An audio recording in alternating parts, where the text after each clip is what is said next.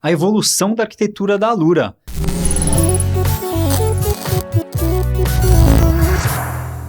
Meu nome é Guilherme Silveira e hoje eu estou aqui com o Sérgio Lopes, CTO da Alura. Tudo bom, Sérgio? Olá, tudo bom? Beleza. E a gente vai falar então um pouco sobre a arquitetura da Alura.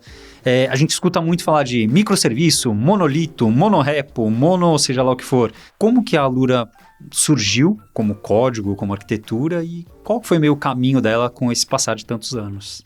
Legal. A gente ouve muita buzzword hoje em dia, né, de tecnologias, de práticas e tal.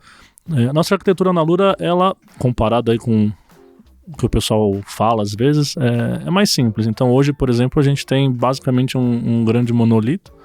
Depois entro mais em detalhes aí nas coisas que estão fora e tal. Mas desde o início meio que foi esse modo aí que a gente escolheu, né? Então o nosso código aí ele já vai ter, acho que uma coisa como 9 anos de idade. A gente começou ali atrás com um projeto pequeno, claro, né? Então era o comecinho da Alura, poucos alunos, poucos cursos, sempre procurando um monolito baseado aí na arquitetura da plataforma Java, com um banco simples também, MySQL desde o início. E a gente foi crescendo, né? Acho que a gente teve algumas aventuras aí no meio, né? Teve uma época que o código da Alura era todo em Scala. Você lembra desse daí, né, Guilherme? Eu lembro, fazia parte. Então, acho que uma época aí do passado que a gente... inclusive o time era menor, acho que você participou bastante lá do início também. É bacana bater papo hoje com você sobre isso, porque a gente vê a história acontecendo, né? Depois você passou o bastão para frente. Hoje a gente tem um time...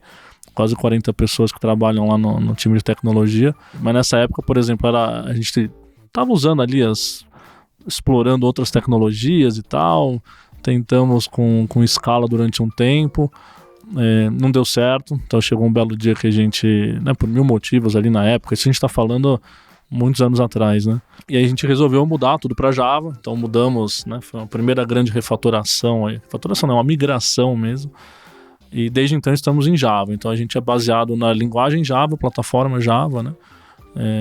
Até hoje, num grande monolito. Então, já com suas centenas de milhares de linhas de código, com muitas, né, dezenas de entidades, de tabelas no banco, etc. Então, claro, a gente tem alguns desafios para crescer, mais com relação a design de código, né? Então, quando a gente começa a ter muitas pessoas mexendo no mesmo projeto, com muito código, começa a ficar difícil às vezes, e a gente tem que pensar em como desenhar esse código, como isolar, né, ou modularizar minimamente ali as partes dele, para que as pessoas possam ir mexendo de maneira meio independente, né? Então, acho que é curioso quando a gente pensa também em crescimento de base de código, ele sempre anda junto com o crescimento do número de devs, né? Você começa a olhar a complexidade, às vezes, da sua estrutura como pessoas, como isso afeta a complexidade da estrutura do código, de alguma forma, né? Antigamente a gente tinha, sei lá, quando a gente tinha 8 devs, era todo mundo um grande time, um monolito ok, né? Agora a gente começa a ter subtimes, então a gente já trabalha com 5 times distintos, que mexem em pedaços distintos, e ainda no monolito, né? Então...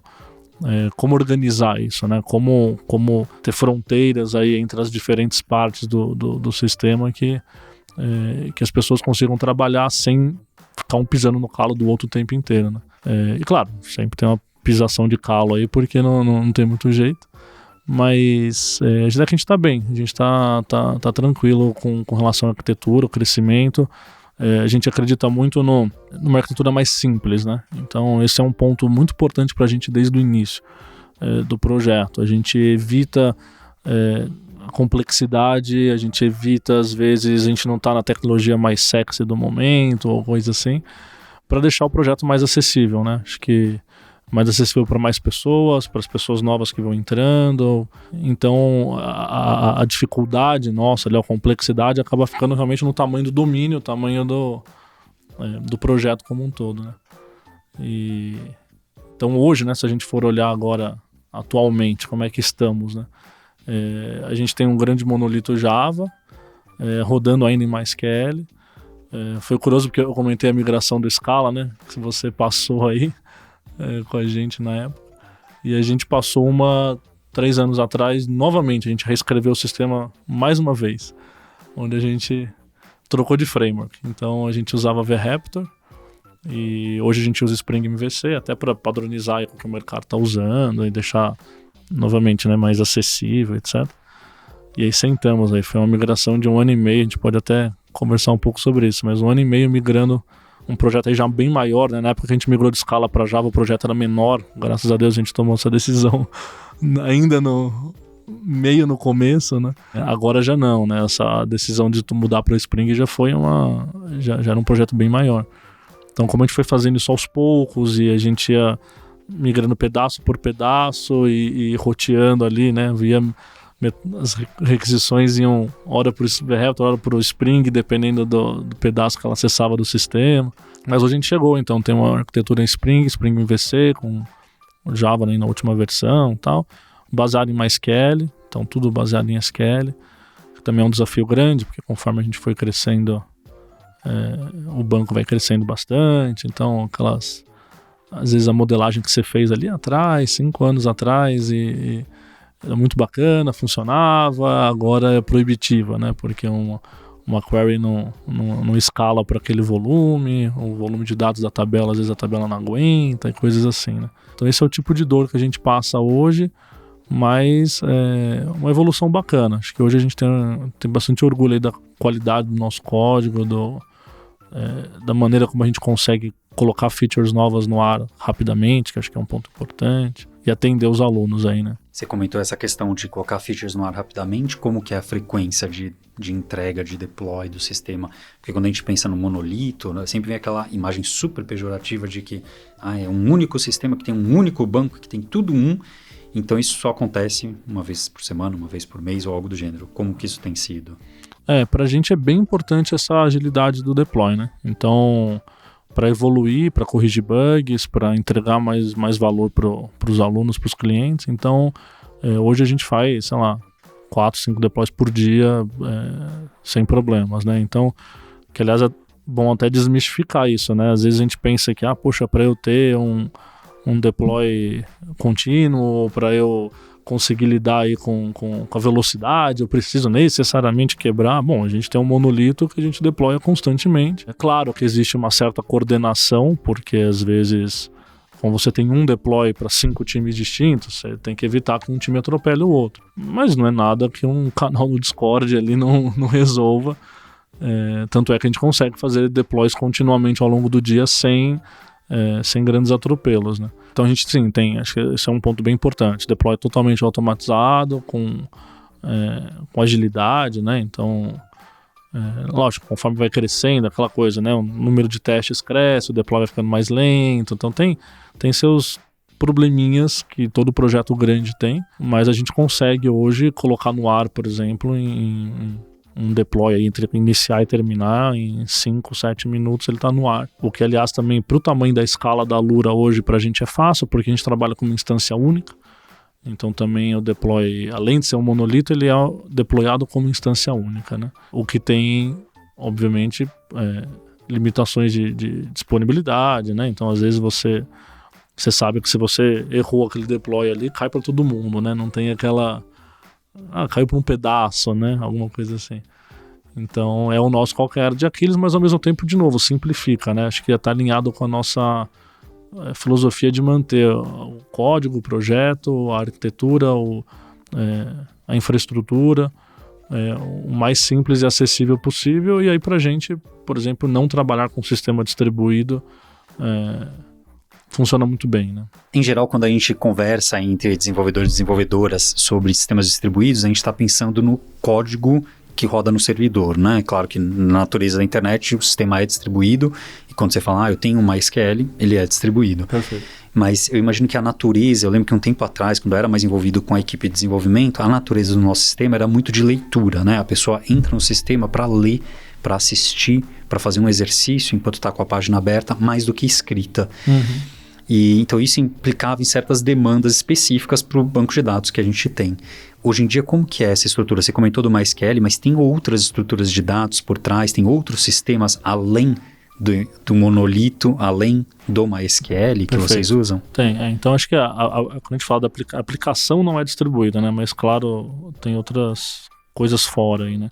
Então a nossa base central é um MySQL, que mesmo nesse MySQL a gente já trabalha com réplica para leitura, então justo esse caso que você falou, a gente tem muita leitura, né? Então talvez quem eventualmente estude lá na Alura sabe, né? Você consome muitos cursos, então aquele curso ele é publicado uma vez e tem milhares de alunos lendo o mesmo curso, o mesmo conteúdo. É um caso clássico aí de mais leituras do que escritas. Além disso, a gente gera muito dado de progresso dos alunos que depois aparecem em relatórios, então são relatórios às vezes pesados. Então a gente tenta ir meio que roteando queries, por exemplo, de relatórios por uma réplica do MySQL que mais preparada para isso, para não sobrecarregar o banco principal, que tem que estar mais disponível aí para as escritas e tal. Além disso, a gente trabalha com uma camada de cache com o Redis, então a gente tem mais um serviço ali, né? Que você fala, mesmo arquitetura simples, aí você sempre tem os penduricalhos ali, mas que são importantes, claro. Então, o Redis hoje é o nosso banco de dados, a gente trabalha tudo na nuvem, né? Então, tudo isso que eu estou dizendo são serviços ali, no caso, atualmente na Amazon, e a gente vai plugando essas coisas ali, né? Então, mas, por exemplo, a parte de busca, aí já tem o Elasticsearch, que é então, se for ver, você tem o dado já em 3 lugares distintos, né? No banco de dados, no cache, no índice de busca. Claro, alguma complexidade é necessária até para atender aí a demanda dos alunos, o volume, etc. Mas ainda acredito que é bem mais simples do que muita coisa. Então, que às vezes a gente vê o mercado usando, ou que acaba trazendo alguma complexidade a mais aí para o código, né? A gente funciona desse jeito, né? E mesmo a questão do monolito, né? Isso é um ponto importante, né? Por que a gente tomou essa decisão, né?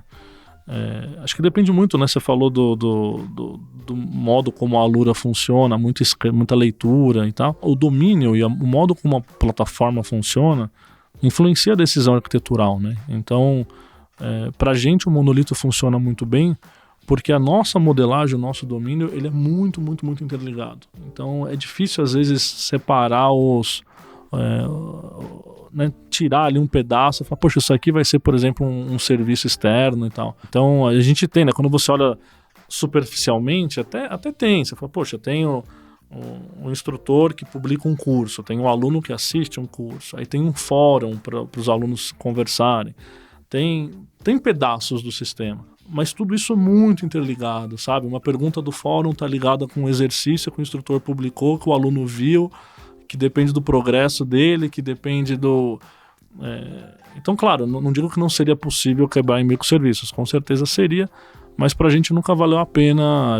É uma discussão constante ali no time, claro, de o que quebrar e quando quebrar, né? E pra gente faz muito sentido esse core, e esse core grande ser um grande monolito, né?